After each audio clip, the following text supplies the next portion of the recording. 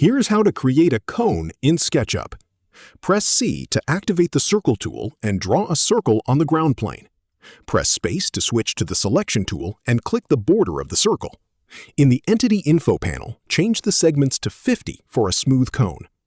Press L for the Line tool and draw a vertical line from the center of the circle straight upward. Press the up arrow key to lock the line to the blue axis.